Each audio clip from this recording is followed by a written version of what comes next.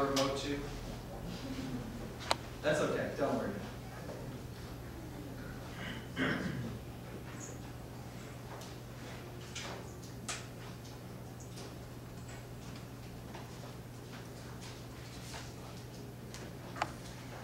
As Devin mentioned, I went to South America over the winter, and I wasn't only in Peru, but I spent a lot of time there, and I was in Cusco, Peru, which is at the heart of the Incan Empire that existed 500 years ago. It stretches from Peru to Bolivia down to Chile.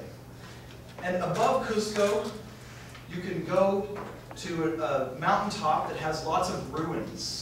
And these are archaeological ruins, and they're still uncovering mummies even 2 months ago, new mummies. And I found myself in a cave, and this cave was called the Temple of the Moon. And the Temple of the Moon is where Incan kings were initiated into the Incan Empire. And that day, I was with this man, his name is Danny.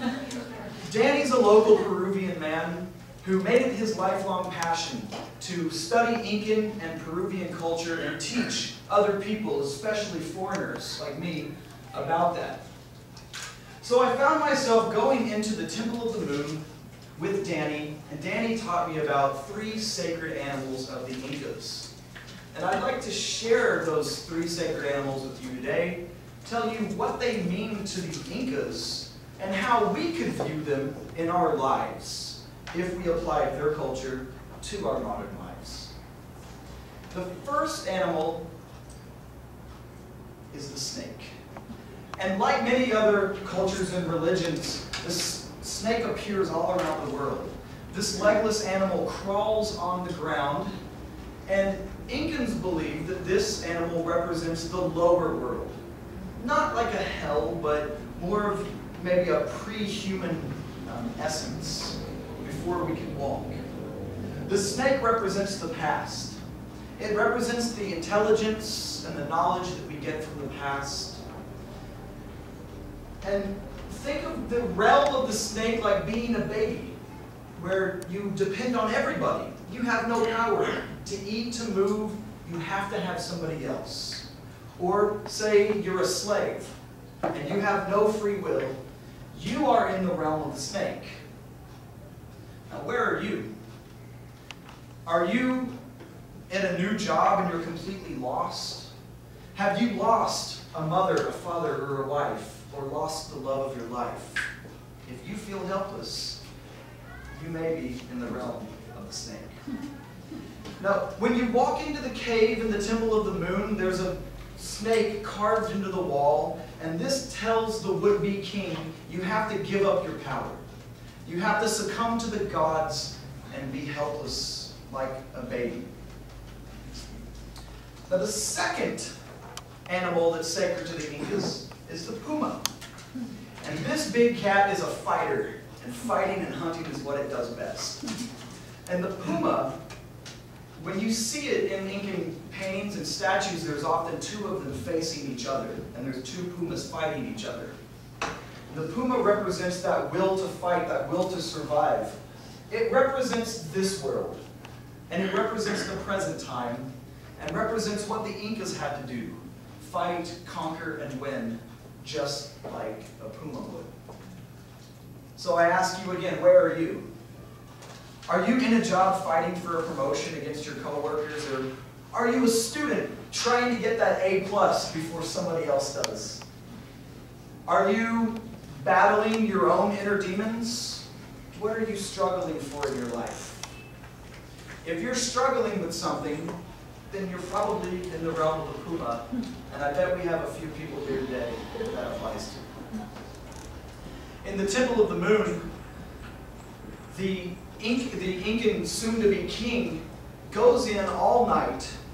He pays homage to a mummy of a shaman or a holy man, and he hallucinates on a natural cactus drug that we now call San Pedro. And this brings up images, great and evil, that he will fight with and struggle at all night. And it'll bring out his inner demons. And he'll fight them like a puma. The final sacred animal is the condor. And this majestic bird You can still see flying over the Andean mountains as in this picture. And the condor represents balance and harmony. Just like the condor uses its wings for balance, it represents balance in our lives. It represents having harmony after the struggle, after the fighting in the realm of the puma. The condor represents the future. It represents the possibility of a future life after this life. But the Incans didn't just wait to die to enter the realm of the condor. They did it through the hard work, through the fighting. Just like maybe a grandfather would, sitting back, looking over his family and all he's done with his life. If he's content, then he would be in the realm of the condor. So I ask you, did you get that promotion? Did you get that degree from school? Did you win your battles? Did you find the love of your life? Can you sit back and feel peace and harmony? If so, you're in the realm of the condor. And I hope that there are many of you here today. And if you're not there yet, being in Toastmasters, I'm sure you soon will be. When the king emerges from that cave, he emerges as a condor would, and he looks out over these ruins, or what used to be buildings, and he looks at his people. He's physically higher than them, but he is socially and spiritually higher than them, and he is in the realm of the condor. The snake, the puma, and the condor. Helplessness, fighting, harmony, and prosperity. Where are you? As Danny and I walked out of that cave that day, he said, look down and you'll see the image of a condor's head. And as you walk out, you could step on that condor's head. And Danny said he likes to believe that that symbol of stepping on the condor's head means that there is actually something even more in this world above the realm of the condor we can get, because we are human.